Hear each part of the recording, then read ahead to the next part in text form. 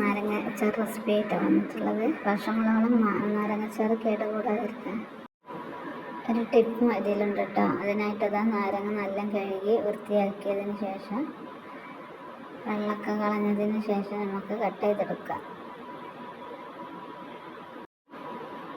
എന്നിട്ട് ഇതിലേക്ക് കല്ലുപ്പ് ഇട്ട് നല്ല മിക്സ് ചെയ്തിട്ട് നമുക്ക് വെയിലത്ത് 2 ദിവസം വെയിൽ കൊള്ളിക്കണം കേട്ടോ.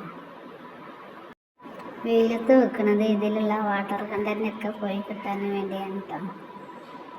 2 ദിവസത്തിന് ശേഷം നമുക്ക് ഇതൊരു ബൗളിലേക്ക് ഇട്ട്, എൻ്റെ കയ്യിൽ ഈസ്റ്റൻ്റെ അച്ചാറും പൊടിയാണ് ഇട്ടുള്ളത്. അത് അതിലിട്ടിട്ട് വിനീഗറും കൂടി ഒഴിച്ച് മിക്സ് ചെയ്യുക.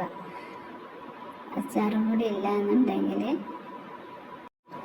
വറവിട്ട് ഒഴിക്കുമ്പോൾ അതിലേക്ക് മഞ്ഞൾപ്പൊടിയും മുളക് പൊടിയും കൂടി ഇട്ടിട്ട് മിക്സ് ചെയ്താലും മതി. ചട്ടി അടുപ്പത്ത് വെച്ച് ചൂടായതിന് ശേഷം ഞാൻ ഇതിലേക്ക് നല്ലെണ്ണയാണ് എടുത്തിട്ടുള്ളത്.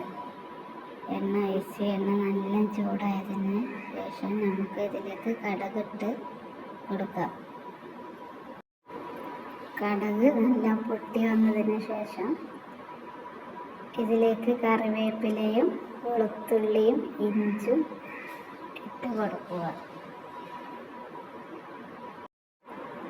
ഇത് എണ്ണയിൽ കിടന്ന് നല്ല ബ്രൗൺ നിറമായി വരുന്നത് വരെ വറുത്തെടുക്കണം കേട്ടോ.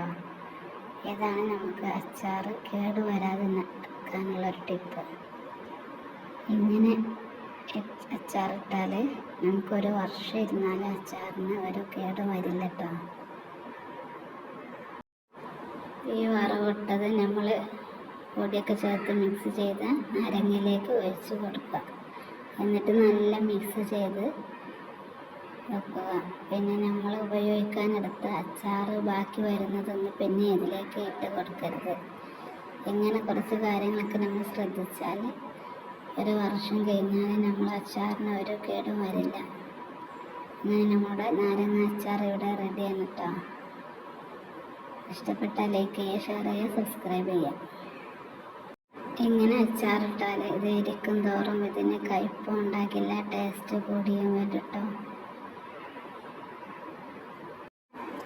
അടുത്ത വീഡിയോസുമായി വീണ്ടും കാണാം ഇൻഷാ അല്ലാഹ്.